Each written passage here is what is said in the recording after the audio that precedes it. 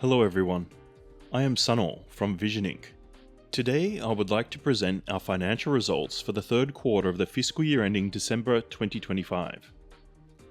First, let me present the highlights for the third quarter of the fiscal year ending December 2025. Starting with net sales.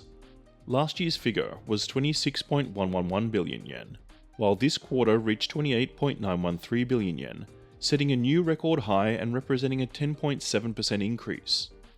Operating profit also reached a record high, rising 10% from 4.317 billion yen to 4.748 billion yen.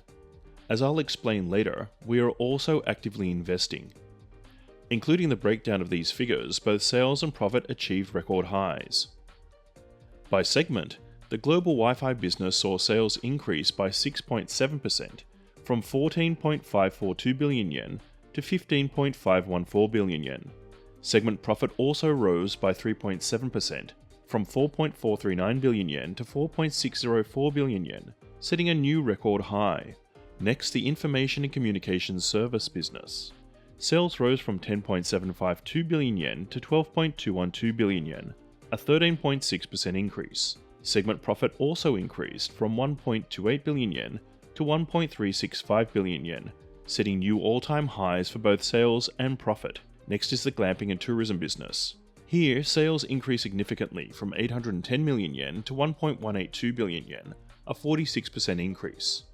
Profit also rose from 88 million yen to 130 million yen, setting new all-time highs for both sales and profit. Next, the highlights for the third quarter.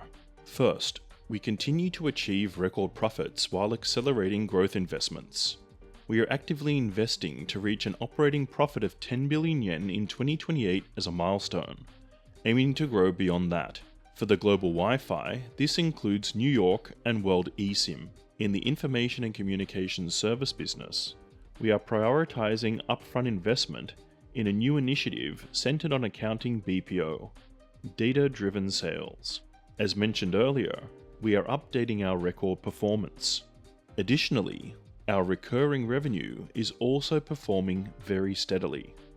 Next, we have the breakdown of investments. First, while we have absorbed the cumulative investments of 587 million yen for the current period, resulting in an operating profit of 4.748 billion yen, a new record high, we are still making these upfront investments, so the cumulative total remains in the red. However, I would like to explain the breakdown of these figures here. First, regarding the New York operations of our global Wi-Fi business, we have invested 149 million yen to date.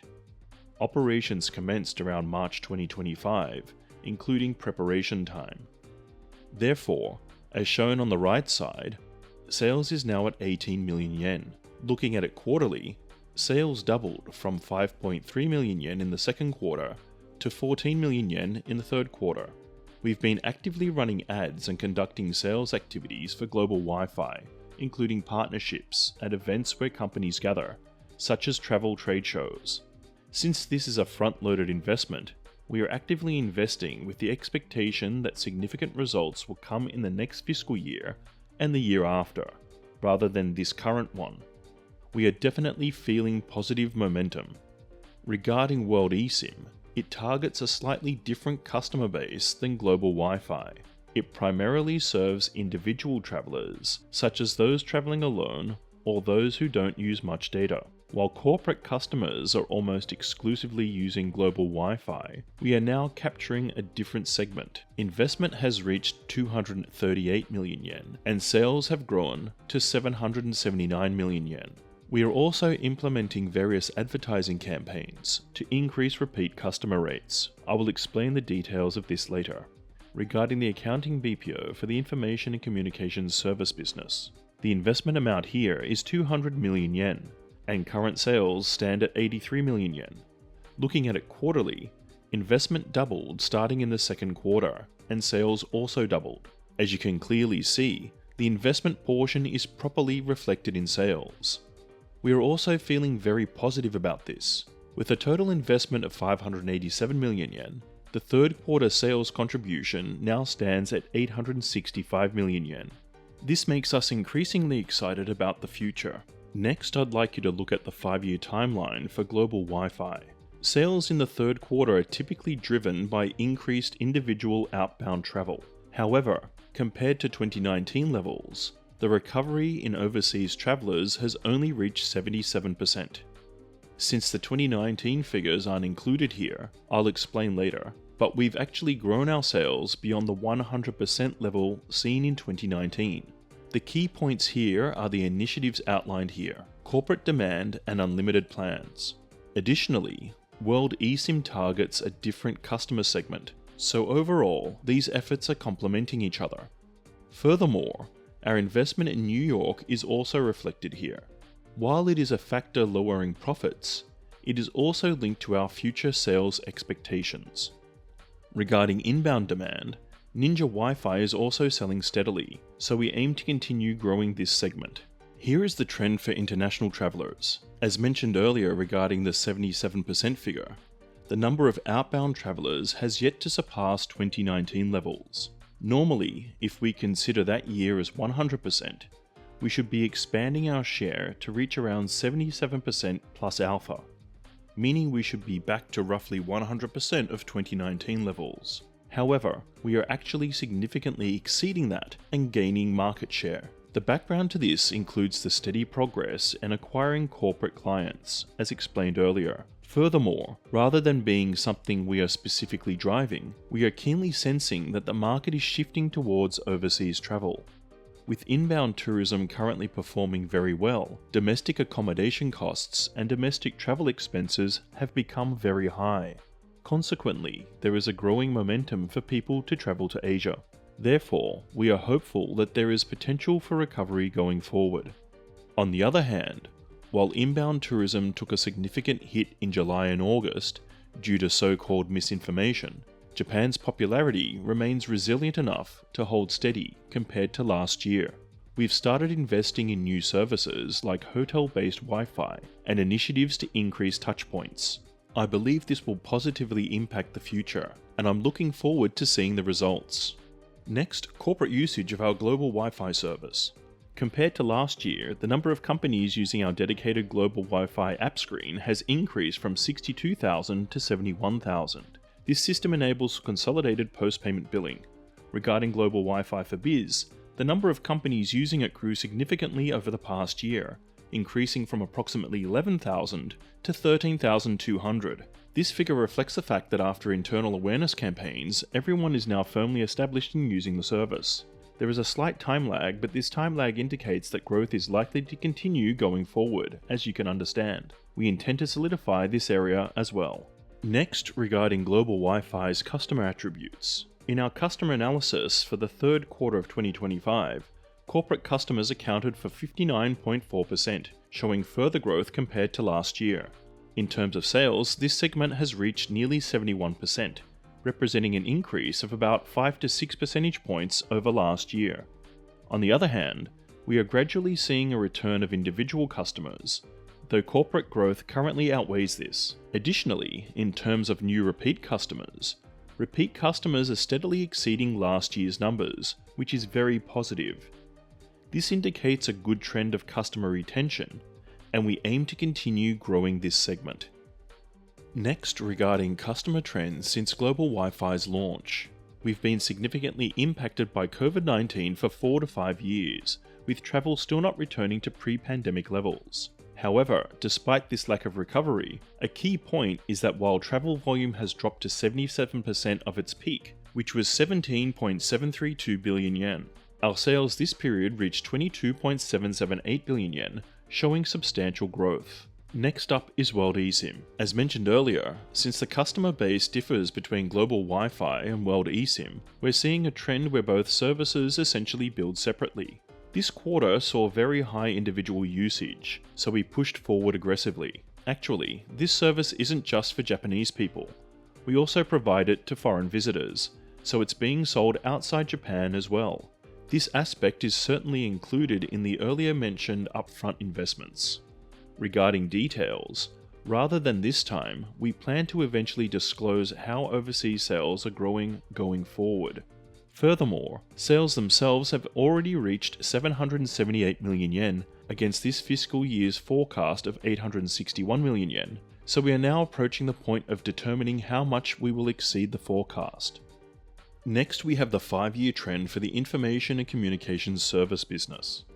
This segment is also growing steadily, as our strategy increasingly focuses on recurring revenue streams. The shift from one-off projects to recurring business has led to a decline in the sales growth rate.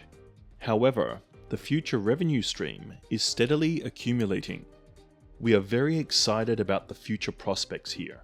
Meanwhile, in the accounting BPO, we have significantly increased staffing, including these upfront investments. We are now realizing profits. Next, our information and communications service business offers a wide range of products and services. This includes office information and communications equipment, services, cloud services, and security solutions provided by our dedicated team. The portfolio of products selling well throughout the year is gradually changing. Naturally, the products that sell well at the front end are changing as hook products. For instance, while fixed-line phones were originally the front-end offering, Cloud PBX centered around smartphones is now taking over, and these changes are increasingly interconnected. Therefore, products aligned with the trend of companies advancing their DX initiatives are becoming front-end offerings. Similarly, accounting BPO is now gaining traction as a front-end product. We hope you recognize that while hook products are constantly evolving, the business is expanding. Next, the performance trends for our glamping and tourism business. Since we only have 2 glamping sites, it's less about glamping growing and more about us putting tremendous effort into the tourism business. To put it simply, we handle travel arrangements for visitors coming to Japan from around the world, including bundling Wi-Fi packages for sale. The demand for these services is steadily increasing. Furthermore, as we begin transacting with travel agencies worldwide, additional orders and repeat business from these partners are expected to increase going forward. This will provide a solid foundation, leading to further growth. Although this business is still in its second year, it holds significant potential for substantial expansion, and we will continue to focus our efforts here. Conveying the appeal of Japan and encouraging repeat visits remains crucial. Therefore, we are actively focusing on developing plans, including original packages, and are moving forward with proactive creation. Next, company-wide recurring revenue services. We are progressing steadily toward the 2025 budget, and are already at 78.6%. The figure of 2.39 billion yen is a very large amount converting to ARR, and this growth clearly indicates our existing customer base is steadily expanding. This expansion means increased cross-selling opportunities with these customers, making it easier for the company to distribute its products and services. Therefore, growing this area, building long-term customer relationships, is extremely important. I believe this market growth will have a very positive impact on our future. Next, we have the quarterly performance change. This also shows quarterly sales and profits starting from 2021. The third quarter is highlighted here. Starting from 4.7 billion yen in 2021, this quarter reached 10 billion yen in sales, and from 359 million yen to 1.845 billion yen in profit. This represents a significant growth rate, even considering that travel during the pandemic has not yet fully recovered. Regarding the third quarter, while it includes a special summer vacation season, there are various positive and negative factors, such as the July and August inbound travel issues mentioned earlier. However, this indicator clearly shows steady growth, 1.5 billion yen in the past, and for this fiscal year's quarters, 1.5 billion yen, 1.4 billion yen, and 1.8 billion yen. Please take a look at this later. Next up is Adval Corp, which operates event spaces as our in-house service. This business also faced tremendous challenges during the pandemic. Events couldn't be held, parties were prohibited, and we're now actively investing to finally shift into an offensive stance. Glade Park Shibuya, located next to Shibuya 109, Glade Park Omotesando, and the newly opened Glade Park Shinjuku Ekimae in front of Shinjuku Station this September. Significant upfront investment went into interior design and similar glamping-like enhancements. Their prime locations enable high price points and high occupancy rates, which are key strengths. While we say high priced, it's not exceptionally so compared to competitors, but the per square foot revenue is performing very well. Furthermore, Glade Park Shimbashi will be located right in front of the station and is newly constructed. Therefore, we are entering a phase where the growth rate here is expected to increase significantly going forward. We hope you will consider using Glade Park for your events and parties. Next, I'd like to focus on a specific part of the topic. The second point mentions setting up global Wi-Fi rental stations within the Expo 2025 Osaka Kansai venue. We've newly developed a tabletop model that combines both Wi-Fi and charging functions. To give you an idea, we envision this being widely adopted, like renting it at hotels, where many foreigners stay, and returning it at the airport. We developed this specifically to effectively meet inbound demand, so please keep that in mind. Next, regarding dividends. We are currently striving to maintain a 50% payout ratio, aiming to deliver solid operating results while also giving back to you all. We are of course currently achieving this. Thanks to all of you, Vision has reached its 30th anniversary this year, and remarkably, we have also been publicly listed for 10 years. To mark these milestones, we have decided to issue a commemorative dividend of 5 yen per share. While it is a modest amount, we sincerely hope for your continued support. We would appreciate your understanding regarding this matter as well. Thank you. This concludes Vision Inc.'s financial results briefing for the third quarter of the fiscal year ending December 2025. This year and next, we are actively investing. For us, achieving an operating profit of 10 billion yen is just the starting line. To reach that goal, we are currently challenging ourselves to restructure our business to further increase our certainty. Additionally, we are adding new businesses and, under the theme of Vision 3.0, attempting transformations that surpass the previous Vision transformations 1 and 2.